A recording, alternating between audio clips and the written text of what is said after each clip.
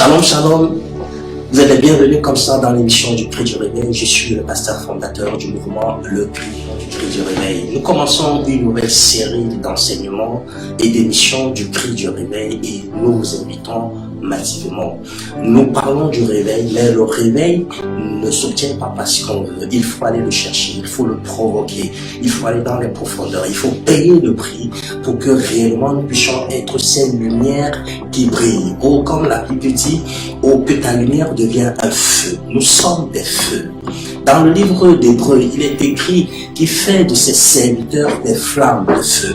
Et nous sommes là dans cette émission pour essayer d'apporter un autre apport à cette série d'enseignements qui commence comment grandir et devenir fort en Jésus-Christ. Bien aimé, beaucoup de personnes vont à l'église mais ne sont pas forts. Beaucoup de personnes sont dans les départements de l'église mais spirituellement ne sont pas forts. Voici l'occasion de revoir ta communion, de retravailler ta relation personnelle en sorte que au-delà du solennel, que tu puisses avoir une source de ressources de force. Alors au cri du réveil, tu découvres qui tu es. Au cri du réveil, tu découvres pourquoi tu es né. Au cri du réveil, tu découvres pourquoi tu es venu sur la terre en tant qu'esprit dans un corps pour accomplir les desseins divins. Alors comment grandir et devenir fort en Christ est une nouvelle série d'enseignements que nous commençons. Le cri du réveil. Pourquoi le cri du réveil? C'est une vision authentique car nous voulons gagner des territoires.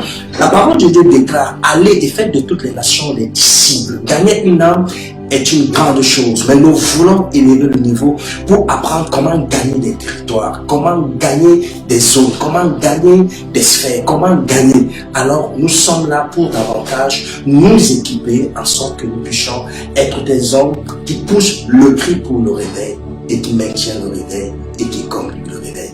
Bienvenue tous les 17h, tous les dimanches à partir des 17h à l'émission Le Cri du Réveil en collaboration avec le studio Eden. Merci. Plus il y a des croissances numériques, on a l'impression qu'il manque quelque chose.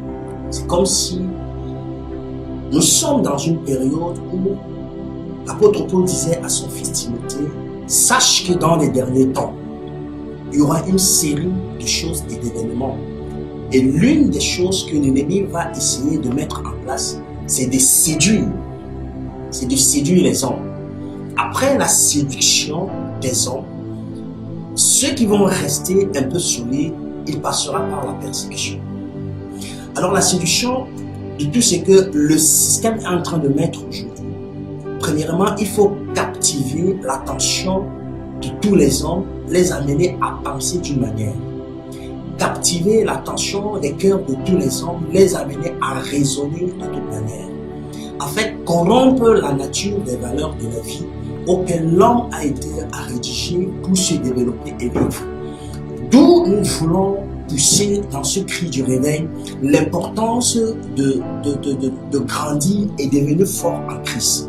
Bien-aimé dans le Seigneur, je sais certainement que ça fait plusieurs années que tu sois pasteur, femme de pasteur, croyant, chrétien, saint, tout ce dont tu peux essayer de te retrouver. C'est qu'il est important, en ces temps qui sont les derniers, que toi et moi nous puissions être forts en Christ. Nous ne pouvons pas dépendre du système religieux religieux qui est mis en place pour prétendre que nous sommes forts. Il y a beaucoup de personnes aujourd'hui qui, si on enlève les rayons de l'église, les temps de prière de l'église, il ne les reste plus rien. D'où nous venons ici nous encourager à devenir des chrétiens, des croyants, des saints, des enfants de Dieu, forts, qui grandissent et qui sont forts en Christ. C'est cette série de questions des questions et d'enseignements que nous allons commencer cette temps-ci. Comment grandir et devenir fort en Christ. La croissance est une chose. On peut grandir et être faible, comme on peut grandir et être fort. Tout dépend des attitudes, tout dépend des habitudes, tout dépend du type de nourriture, d'exercice que tu fais pour devenir fort. Bien-aimé, J'aimerais partir sur la base dans le livre de Jacques, chapitre 4, verset 8. Il dit, approchez-vous de moi et je m'approcherai de vous. L'une des choses qu'il faut comprendre, c'est que nul ne peut devenir fort en Christ et grandir s'il n'a pas appris, mais d'une manière personnelle, à s'approcher de Dieu. Aujourd'hui, beaucoup de personnes sont dans nos églises, mais qui ne savent pas comment s'approcher de Dieu. Ils dépendent juste du temps qu'ils viennent passer à l'église, ou des réunions, ou des programmes, ou des séminaires, ou des conférences. En dehors de ça, quand ils rentrent dans leur maison, ils ne peuvent plus rien faire. Donc, ils sont forts quand ils sont avec tout le monde. Mais quand il n'y a plus tout le monde, on a l'impression qu'il n'y a rien. Pourquoi? Parce que tout simplement parce qu'on a manqué les bases. Si on manquait les bases, il sera difficile de devenir fort. Il sera difficile de devenir un véritable enfant de Dieu. Voilà l'erreur que la plupart des personnes, ou certains serviteurs de Dieu aussi font souvent. C'est que à peine tu arrives dans une communauté, dans une église, dans une assemblée, à peine tu donnes ta vie à Jésus et que tu es passé par les eaux du baptême, tu prends le cours de l'histoire, tu prends le cours des réunions, tu prends le cours du mouvement religieux auquel tu appartiens. C'est bien, mais chemin allant, ça ne pourra pas t'aider toujours si c'est qu'on ne t'a pas donné les bases dans la croissance pour que tu deviennes fort afin de devenir l'homme accompli, un disciple accompli qui est capable aussi de faire d'autres disciples. Jésus avait une stratégie. Il prêchait aux foules, mais il formait des disciples. Il prêchait aux foules, mais il entraînait des disciples à grandir et à devenir forts. Ça, c'est l'une des choses aujourd'hui. Si on veut réellement voir le vrai réveil, c'est qu'il faudrait que nous puissions apprendre à nous approcher de Dieu. La parole de Dieu déclare dans le livre de Jacques chapitre 4 verset 8, approchez-vous de Dieu et il s'approchera de vous. Je vais illustrer quelques points de l'importance lorsque nous les développons qui vont nous rendre forts et dans la croissance. Mais je commencerai ici à mentionner quelques petits poisons qui parfois sont là, mais d'une manière subtile, qui nous empêchent de grandir et de devenir forts. L'une des choses aujourd'hui, c'est que on va voir ces personnes qui sont à l'église, ça fait un bon bout de temps, mais ils sont incapables de te dire exactement que tel verset de la parole de Dieu se trouve à tel niveau. Pourquoi? Parce qu'ils dépendent de la prédication du dimanche. Ils dépendent juste de ce qu'on les enseigne. Ils ne sont jamais allés creuser. Et ça ne peut pas te faire grandir et devenir fort. C'est pas suffisant. Vous verrez parfois des enfants de Dieu, tu lui dis, mais au commencement était la parole, ça se trouve où? Et il ne sait pas. Mais si déjà tu ne connais pas la parole, comment vas-tu grandir et devenir fort? Comment vas-tu résister au malin? Comment vas-tu essayer d'entraîner les autres? Avoir un programme de l'église est une bonne chose. Mais avoir un programme où tu développes les habitudes, des attitudes, à t'approcher du Seigneur, à te développer avec Dieu, est une bonne chose. La parole de Dieu déclare que Jésus avait pour coutume, pour habitude. Alors, l'une des choses ici que je vais commencer à développer, c'est qu'il faudrait que toi et moi, si nous voulons grandir et devenir forts en Christ, il faudra que nous puissions adopter des bonnes habitudes, les bonnes attitudes de nous approcher quotidiennement dans notre intimité avec le Seigneur. Que ça devienne des exercices de répétition. Voyez-vous, bien-aimés, aucun athlète, aucun champion, aucun vainqueur, aucun général ne peut devenir ce qu'on dit de lui à la fin s'il n'a pas appris à répéter certains exercices au quotidien. S'il n'a pas appris à développer certaines habitudes qui deviennent des répétitions au quotidien. On dira de Josué que ce livre de la loi ne s'éloigne point de toi. Médite-le jour et nuit. Cultive cette habitude tout le temps, le jour et la nuit, à être constamment en contact avec la parole de Dieu. Et la première question que j'aimerais poser ce matin, quelles sont les habitudes que tu as développées? Les habitudes que tu as développées peuvent te faire grandir et devenir fort, comme les habitudes aussi que tu peux développer, mais d'une manière négative, peuvent te faire devenir petit et faible. Quelles sont les habitudes en tant qu'enfant de Dieu? Quelles sont les attitudes en tant qu'enfant de Dieu? Quels sont les exercices en tant qu'enfant de Dieu que tu développes pour que tu puisses devenir fort? Voyez-vous, l'apôtre Paul dit, aucun athlète ne peut être couronné s'il n'a couru selon les règles. Et beaucoup d'enfants de Dieu sont aujourd'hui dans les églises. Des années, mais sont des enfants. Il faut toujours qu'on les pousse pour aller à l'évangélisation. Il faut qu'on les pousse pour aller faire ceci. Il faut qu'on les pousse à la prière. Il faut qu'on les pousse au jeûne. Il faut qu'on les pousse à lire la parole de Dieu. Il faut qu'on les pousse. Il faut qu'on les pousse. Et lorsque les vents et tempêtes arrivent, ils sont déboussolés. Alors, l'une des choses que toi et moi, nous devons commencer à développer, les habitudes. Quelles sont les habitudes? L'habitude est un comportement conscient que je mets en place, qui devient comme un rituel, qui devient comme une action, que je répète tout le temps. Je suis né dans une famille croyante et je bénis Dieu pour les grands-parents qu'il m'a donnés. Je suis né, mon grand-père avait l'habitude, 5 heures du matin, c'est la prière matinale. Et il est mort comme ça, je suis né, j'ai trouvé ça, il est mort, il était toujours assidu. Pourquoi? Il avait développé l'habitude de toujours prier avec toute sa famille tous les matins. Tous les matins. Bien aimé, après avoir développé ces habitudes, qui sont des actes qui deviennent des coutumes, Jésus avait pour coutume d'aller à la synagogue. Dans le livre de Luc, chapitre 4, verset 16, Jésus avait comme coutume, comme habitude, d'aller à la prière, de s'approcher toujours de Dieu. Nous sommes toujours sur notre texte de base, dans le livre de Jacques, chapitre 4, verset 8. Approchez-vous donc de Dieu, et il s'approchera de vous. Alors, pour établir cela, il faut commencer à développer des bonnes habitudes, qui deviennent des actes de répétition, qui deviennent des choses quotidiennes que je fais entre mon Dieu et moi, tous les jours. Bien aimé, c'est ça qui fait souvent en sorte que lorsque tu le mets en place, on va voir la différence. Parce que ce que tu emmagasines dans le lieu secret, lorsque tu vas te retrouver avec les gens en public, c'est ça que tu vas partager. Maintenant, imaginez-vous quelqu'un qui n'a pas développé l'habitude de lire la parole de Dieu tous les jours, de prier tous les jours, de jeûner constamment, mais d'une manière personnelle. Ça n'a rien à voir avec les programmes de l'Église.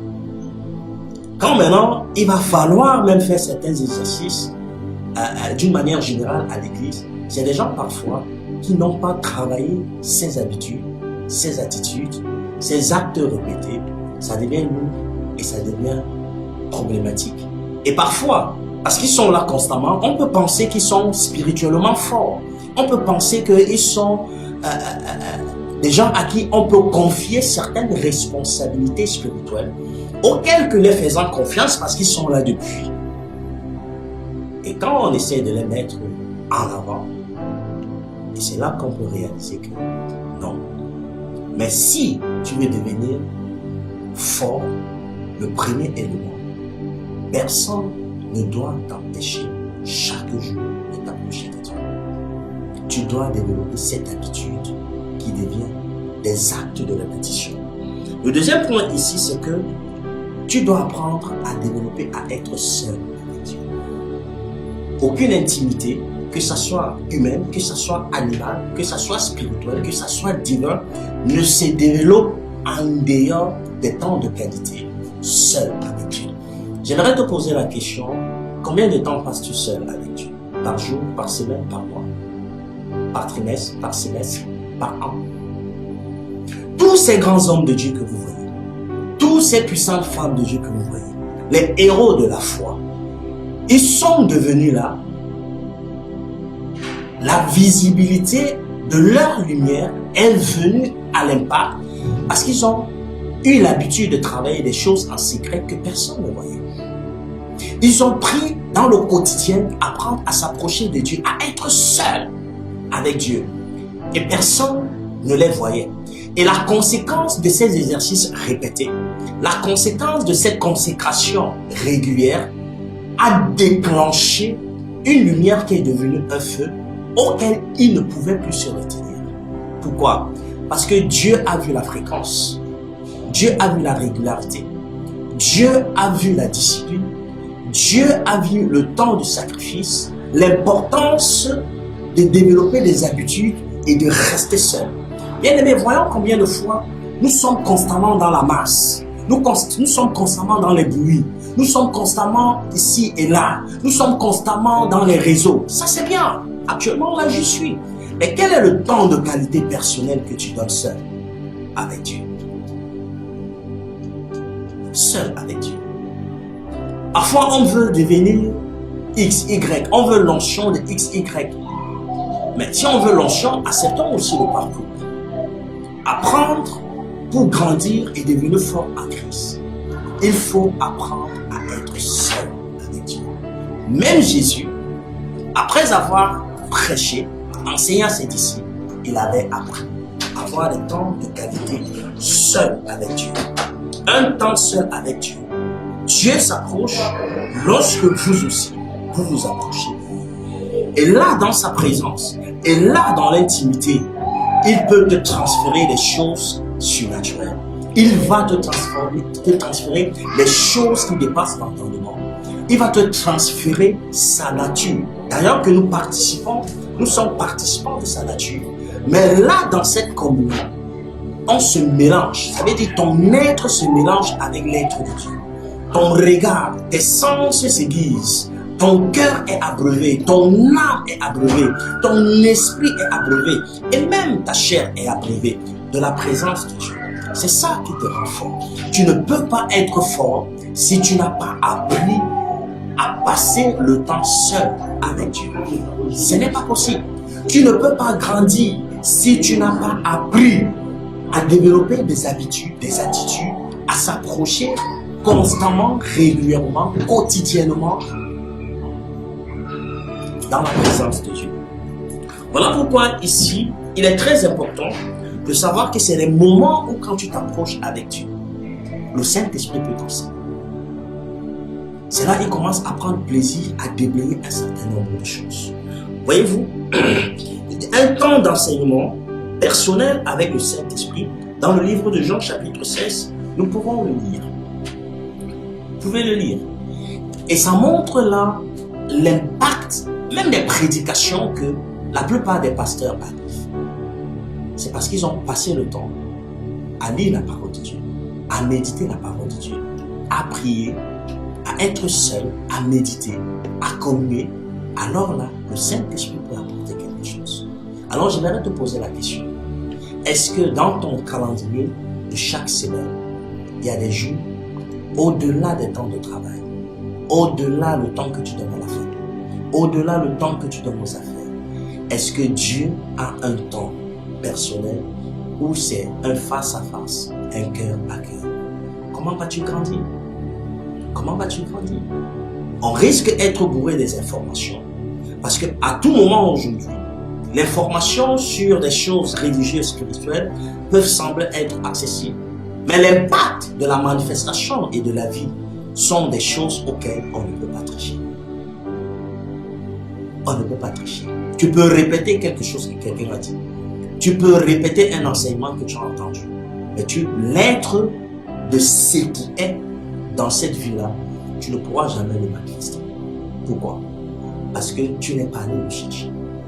C'est un plus. Voilà pourquoi je disais tout à l'heure tantôt que l'une des choses aussi qui rendent des chrétiens ou des croyants faibles, c'est que d'autres n'apprennent même pas à s'équiper. C'est des maladies, d'autres n'apprennent même pas à s'équiper. Comment on va être fort si tu ne peux pas d'une manière personnelle apprendre à t'équiper? D'autres n'apprennent même pas à lire un autre livre. Et pourtant la parole de Dieu déclare à qui est la connaissance. Si tu dépends seulement de la prédication du dimanche ou du programme du dimanche, il y a un problème. Il faut aller au-delà. Il faut aller au-delà. Les temps sont difficiles, bien-aimés, et le mystère de la séduction des ténèbres a déjà pris place. Et c'est l'heure pour chacun de nous de se réveiller, de développer des bonnes habitudes et des bonnes attitudes. Apprendre à développer une communion personnelle avec Dieu. Une relation profonde, mais personnelle avec Dieu. C'est ce que personne ne peut t'arracher. Apprendre à s'approcher, mais d'une manière personnelle avec Dieu. Et c'est que l'Esprit de Dieu va bâtir en toi, dans le secret, dans le personnel, dans les exercices répétés personnels, dans les exercices des habitudes que tu établis en place. C'est ça qui va devenir une source pour édifier les autres. Nous, j'aimerais que nous puissions lire un verset dans le livre de 2 Pierre. 2 Pierre chapitre 1. 2 Pierre chapitre 1.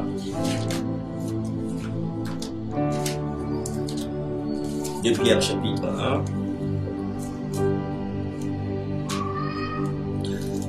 Pierre chapitre 1.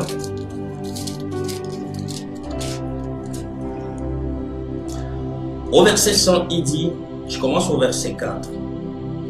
Pour un héritage qui ne se peut ni corrompre, ni souiller, ni flétrir, lequel vous est réservé tous dans les cieux. Verset 5. À vous qui, par la puissance de Dieu, êtes gardés par la foi pour le salut, prêts à être révélés dans les derniers temps. Je joins à cela 2 Pierre chapitre 3. 2 Pierre chapitre 3, à partir du verset 1er. Voici déjà, bien aimé, la seconde lettre que je vous ai écrite. Dans l'une et dans l'autre, je cherche à éveiller par des avertissements votre sainte intelligence, afin que vous vous souveniez des choses annoncées d'avance par des saints prophètes et du commandement du Seigneur et du Sauveur enseigné par ses apôtres, sachant avant tout que dans les derniers jours, il viendra des moqueurs avec leur raillerie, marchant selon leur propre convoitise, et disant, où est la promesse de son avènement? Car depuis que les pères sont morts, tout demeure comme dès le commencement de la création. Verset 5. Ils veulent ignorer en effet que des cieux existèrent autrefois par la parole de Dieu, de même qu'une terre tirée de l'eau est formée au moyen de l'eau, et que par ces choses, le monde d'ailleurs périt, submergé par l'eau.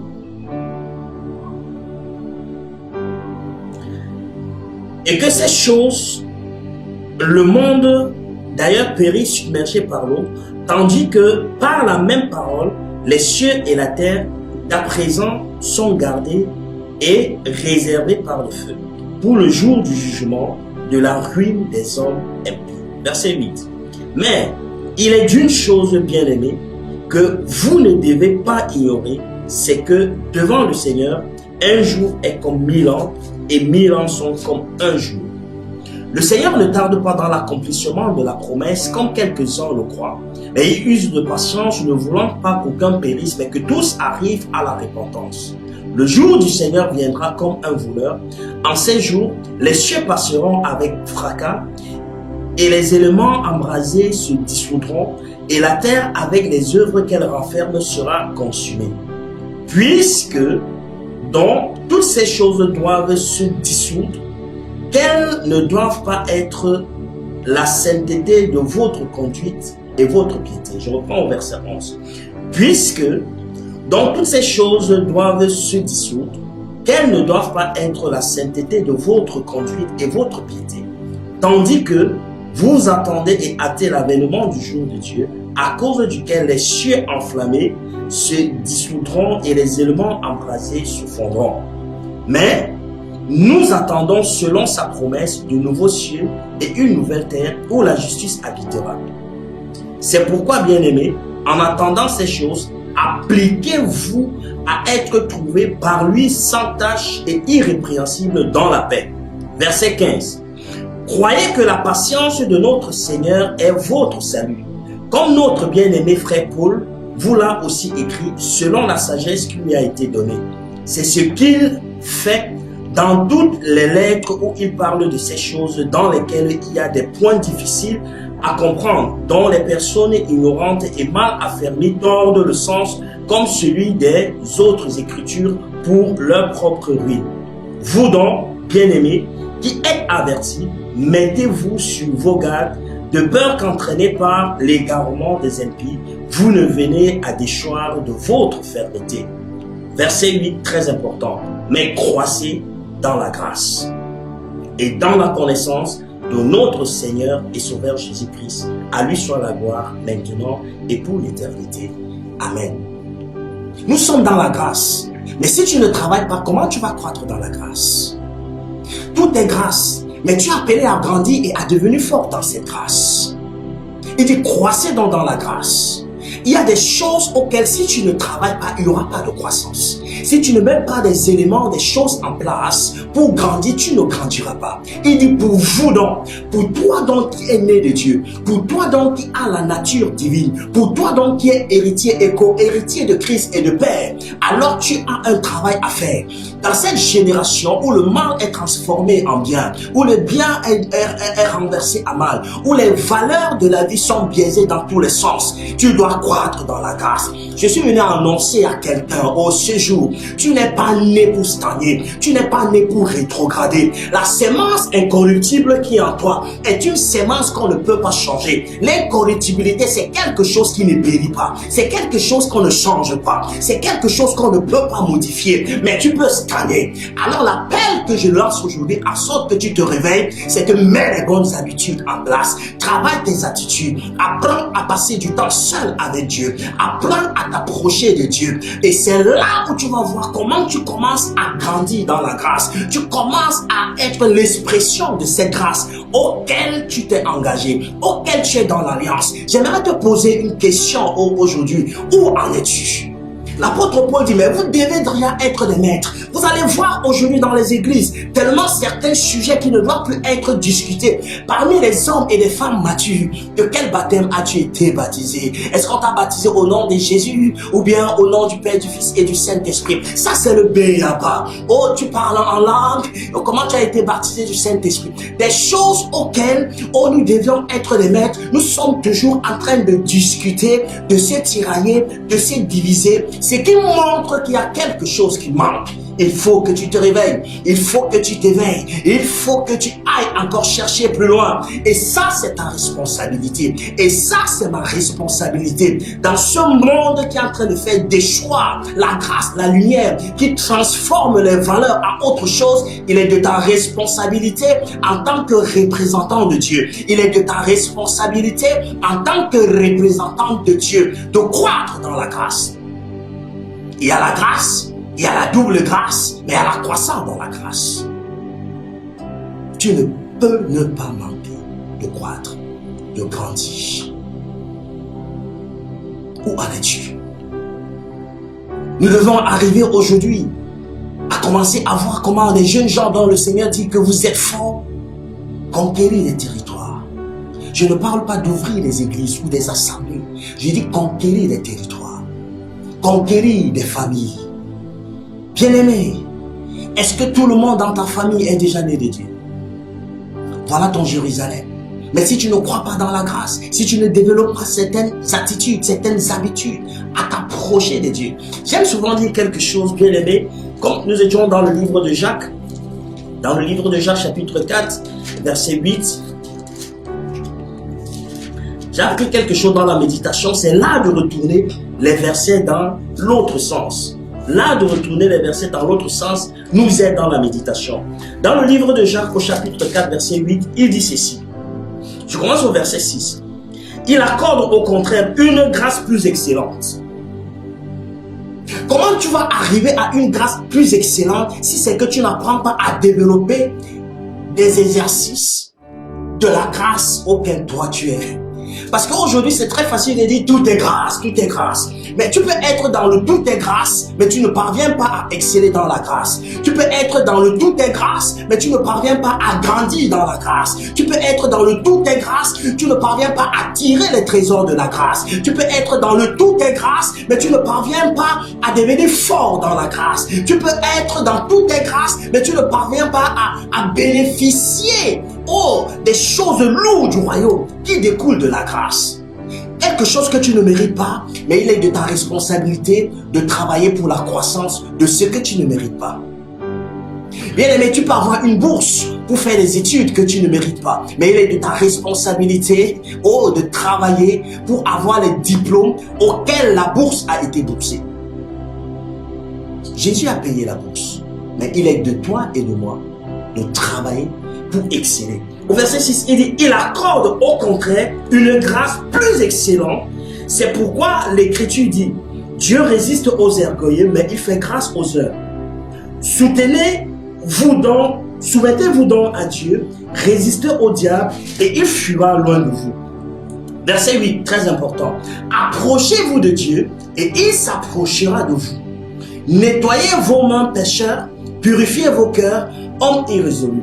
Si je le renverse négativement, comme j'aime souvent l'enseigner aux jeunes convertis, ne t'approche pas de Dieu et il ne s'approchera pas de toi.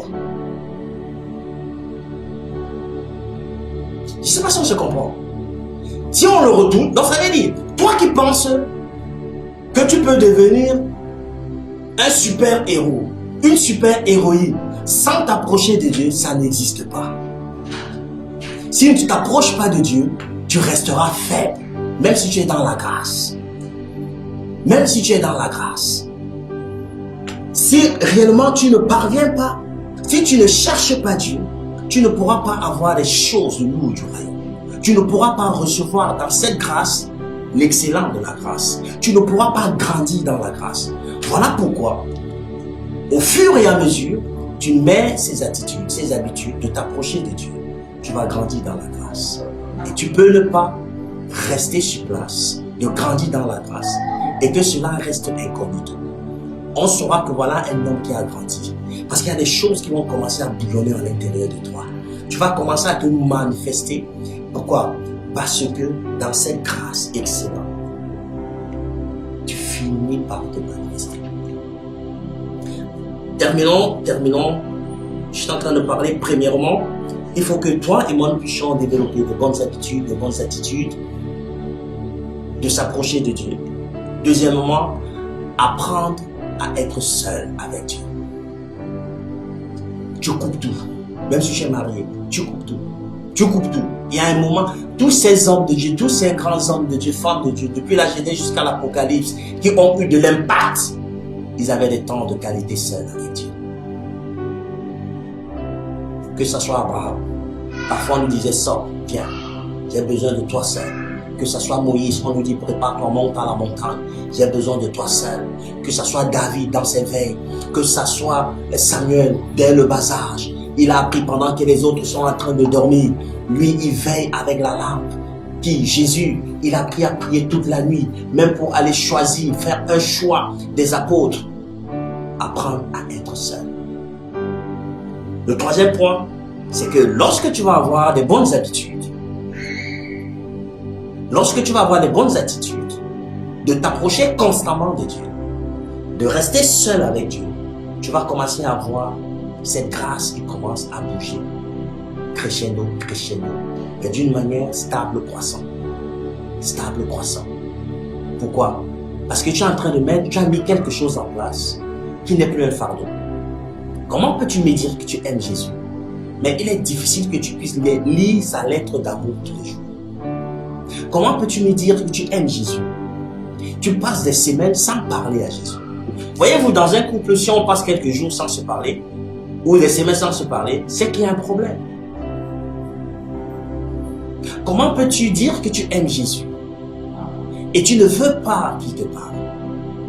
Tu veux juste dépendre de la masse, alors qu'il dit je frappe à la porte de ton cœur. C'est là où toi et moi, dans une histoire de cœur à cœur, je peux te dévoiler beaucoup de choses qui sont dans mon cœur pour toi. Et le dernier point que j'aimerais que nous puissions aborder ici, c'est l'importance de la parole de Dieu. Et je vais conclure par ça. Au-delà des prédications, tu ne peux pas devenir fort par la prédication du dimanche seulement de l'église. Tu ne peux pas devenir fort par des séminaires seulement qu'organise l'église. Tu ne peux pas devenir fort par des réunions et des conférences qu'on organise seulement à l'église. Tu deviendras fort dans cette grâce. Tu croîtras lorsque tu vas comprendre l'importance du quotidien de venir dans la parole de Dieu. Lisons dans le livre de Psaume 119. Le livre de Psaume 119, verset 105. Psaume 119.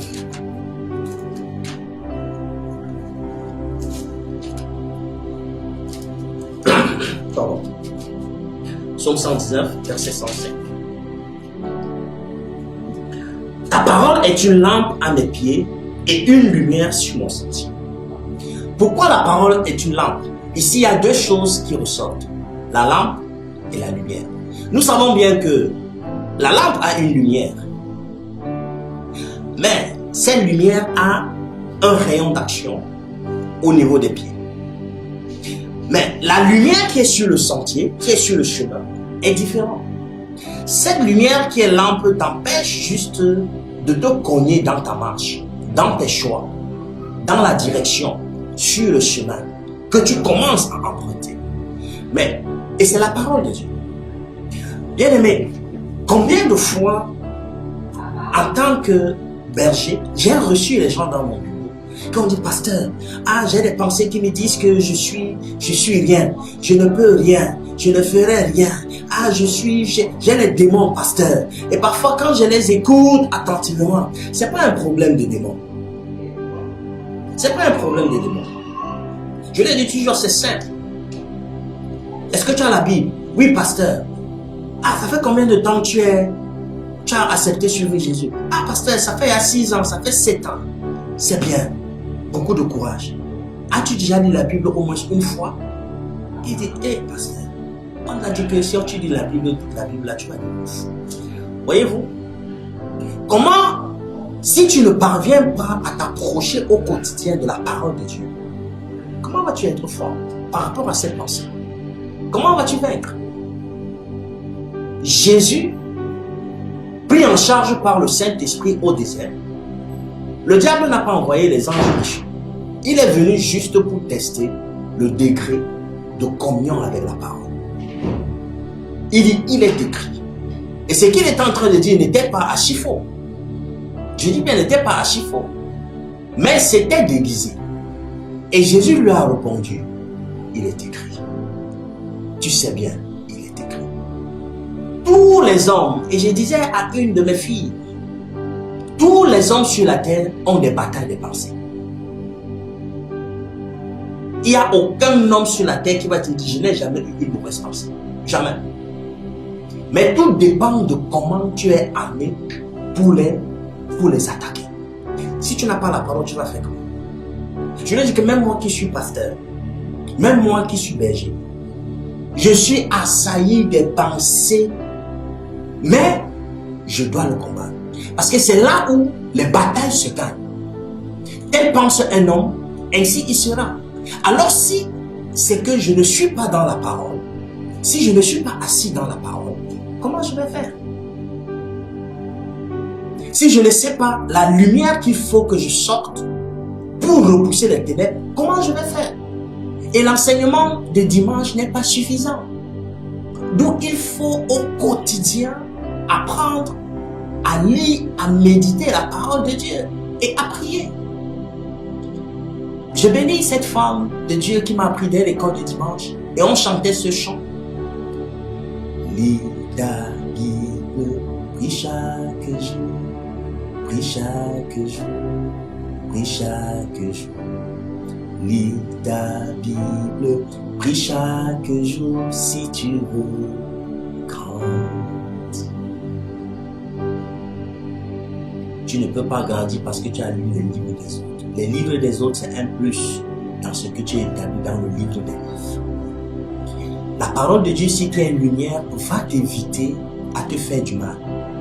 La parole de Dieu ici, qui est ta lumière, va éclairer les ténèbres qui sont en toi et va les dissoudre. D'où nous devons constamment être régulièrement, avoir cette bonne habitude de méditer la parole de Dieu tous les jours. C'est ça qui te fera grandir. La parole de Dieu se transforme en un feu pour consumer les épines, les choses qui piquent ta vie, qui étouffent ta vie. Et tout le temps que tu vas être dans la parole de Dieu, tu verras comment la parole de Dieu va consumer ces choses sans que tu t'en rendes compte. La parole de Dieu va ouvrir ton esprit. La parole de Dieu va ouvrir ta compréhension. La parole de Dieu va ouvrir ton entendement. La parole de Dieu va aiguiser tes sens. La parole de Dieu d'où découle l'onction coulera en toi. Mais tout cela, tu dois apprendre à le faire seul. Seul. Seul. C'est là où on devient fort. Et on comprendra que lorsque tu peux être avec un frère, une sœur, c'est la parole de Dieu qui va couler. La Bible dit, comment le jeune homme rendra-t-il plus son sentier? Dans le livre de Psaume 119 toujours. C'est en se conformant d'après ta parole. Si tu ne te frottes pas avec la parole, tu ne peux pas te conformer. Tu vas te conformer selon le siècle présent. Tu vas te conformer selon le monde. Tu vas avoir les pensées comme les hommes du monde. Tu vas avoir les visions, les mots, les réactions, les façons du monde. Pourquoi? Parce que tu ne te frottes pas à la parole. Alors, c'est un appel. C'est pendant ces temps de recueillement où tu fais des expériences avec Dieu. Encore aujourd'hui, quelqu'un me posait la question à l'église, pasteur, je ne comprends pas, quand je commence à prier, je sens comment ça tire à l'intérieur, j'ai peur, parfois j'ai mal. Et je suis en train d'encourager la personne. Si tu es dans la présence de Dieu, il ne peut pas te tuer. N'aie pas peur. Et j'ai commencé à expliquer un peu mes propres expériences. Comment parfois tu peux voir des anges, mais ils n'ont pas des ailes. Au début, je ne comprenais pas. J'ai fermé les yeux, je prie, je vois les éclairs traverser devant moi. Ferme. J'ouvre les yeux, je ne vois rien. Je referme encore, je vois les éclairs. Mais c'est en méditant la parole de Dieu que je découvre que même il fait de ces anges des éclairs. Ah, donc quand je suis souvent en train de prier, que je vois les éclairs, donc ce sont les anges. C'est dans la parole de Dieu. Il fait de ses serviteurs des flammes de feu. Parfois, je commence à prier, je sens au-dessus de ma tête. C'est des expériences personnelles. Tu ne peux ne pas avoir une intimité forte. Tu ne peux ne pas être celui qui passe le temps régulièrement seul avec Dieu. Tu ne peux ne pas être celui qui adopte des bonnes habitudes, qui est constamment dans la parole de Dieu, qui est constamment dans les exercices spirituels, et tu ne puis avoir des expériences spirituelles. C'est pas possible. Tu vas expérimenter ce qui découle de cette grâce. L'apôtre Paul pouvait faire des expériences auxquelles il dit qu'il a entendu des choses auxquelles il ne sont pas. Ce sont ses expériences à lui. Mais toi et moi aussi, dans cette croissance, nous allons faire nos expériences. Et c'est ça qui devient notre bagage que personne ne peut ôter. Parce que de la manière que tu connais l'expérience que tu as eue avec Dieu, quand les batailles, quand les combats vont venir, tu comprendras que le Dieu là qui s'est révélé à moi, le Dieu là qui m'a révélé ceci, le Dieu là qui m'a rencontré, qui m'a délivré, qui m'a guéri, qui m'a restauré, même si c'est que cette situation est devant moi, il finira par se manifester. Pourquoi? Parce que tu l'as expérimenté seul. Ça devient des éléments très importants. Bien aimé, je vais conclure pour dire, si tu veux grandir dans le Seigneur, si tu veux réellement être fort, la première des choses, que tu sois ancien, que tu sois nouveau, apprends chaque jour à avoir des habitudes qui t'amènent à développer une communion forte, une relation forte avec le Seigneur. Ces habitudes sont Apprendre à prier seul tous les jours. Apprendre à lire la parole de Dieu seul tous les jours. Apprendre à passer le temps seul avec Dieu tous les jours. À t'approcher de Dieu tous les jours. La louange, l'adoration, la parole de Dieu, la prière, le jeûne seul tous les jours.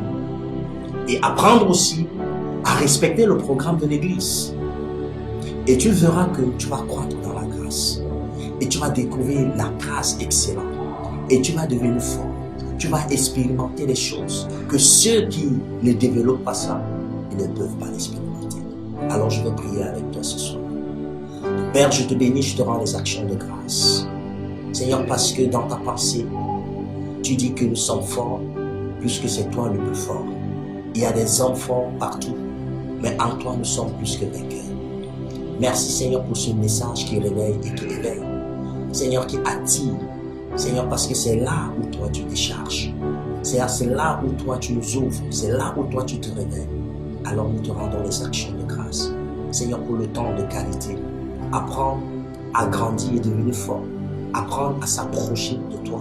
Apprendre à développer des bonnes habitudes, des bonnes attitudes, à être seul avec toi. À aimer ta parole plus que toute autre chose. Chaque jour. Fais ça dans ma vie. Fais ça dans la vie de mon frère. Dans la vie de ma soeur, dans la vie de tes serviteurs, dans la vie de ton Église. Merci parce que ta parole est oui et amen. Et tu le fais pour ta gloire. Au nom de Jésus-Christ. Bienvenue dans le cri du réveil. Que le Seigneur vous bénisse. Tu es né pour briller. Tu es né pour apporter le réveil dans toutes les sphères de la vie. Parce que l'Esprit de Dieu est en toi. Tu excelles dans la grâce et dans la croissance de la grâce. Vous êtes dans le cri du réveil et je suis ici sur l'antenne de Studio Eden avec son serviteur, revenu en Pasteur Jacques. Soyez bénis.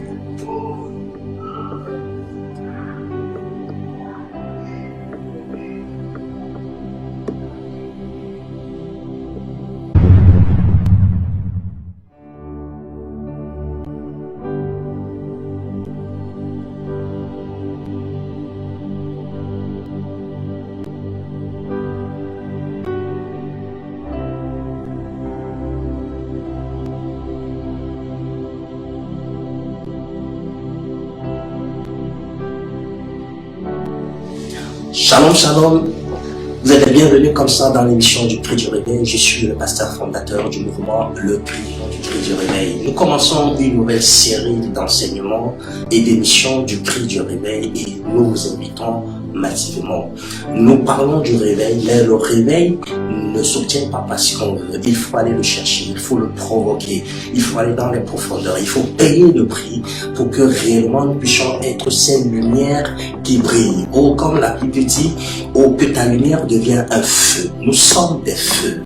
Dans le livre d'Hébreux, il est écrit qu'il fait de ses serviteurs des flammes de feu.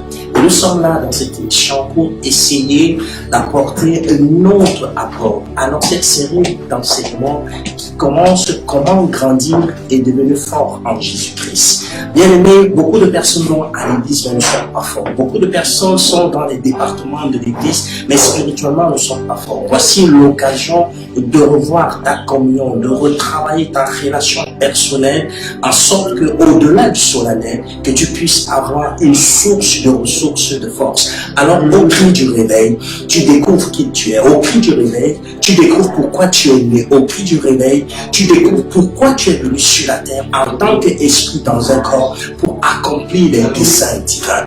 Alors comment grandir et devenir fort en Christ est une nouvelle série d'enseignements que nous commençons. Le cri du réveil. Pourquoi le cri du réveil? C'est une vision authentique car nous voulons gagner des victoires.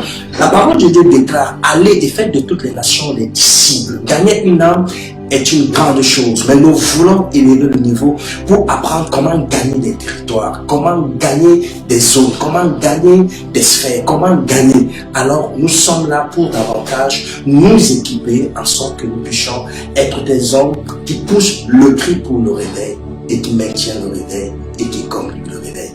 Bienvenue tous les 17h, tous les dimanches à partir des 17h à l'émission Le Cri du Réveil en collaboration avec le Studio Eden. Merci.